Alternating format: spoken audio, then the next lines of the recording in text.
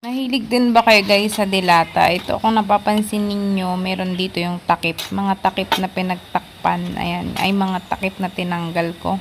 Ayan. Alam nyo ba kung anong gagawin natin dyan? Ayan ay pwede pa pala gawing sampayan o hangiran. Ayan. Tingnan nyo yung ginawa ko guys. Dito tayo sa likod ng bahay. Ayan o. Pinako ko lang siya. Ayan. Siyempre hugasan mo muna yan bago mo ipako dun sa mga ganyan-ganyan. No? Ayun, malaking pakinabang pala yan. Try nyo gawin sa inyo guys. Huwag nyo tinatapon yung takip ng dilata. Yung di aangat lang. May pakinabang pala siya. O kaysa tinatapon ninyo. O, tinan mo. O, nagpakahirap pa ako magpako dyan. Ganyan ang gawin nyo pag walang-wala ng...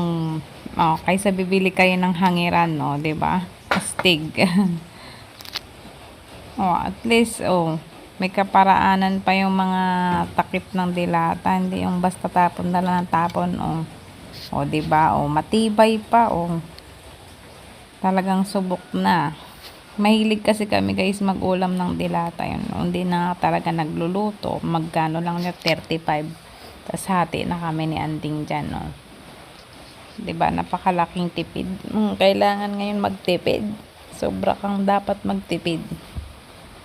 Isang kainan 35 lang kaysa magaluto pa kadami pang ingredients. Siyempre masama naman yung puro dilata lang din ng ulam. Kailangan mo rin siyempre ng gulay-gulay. Pero yung madali ang ulam, yung katulad niyan. Basta yung dito, huwag nyo tinatapon yung ganito. Napapakinabangan natin siya guys.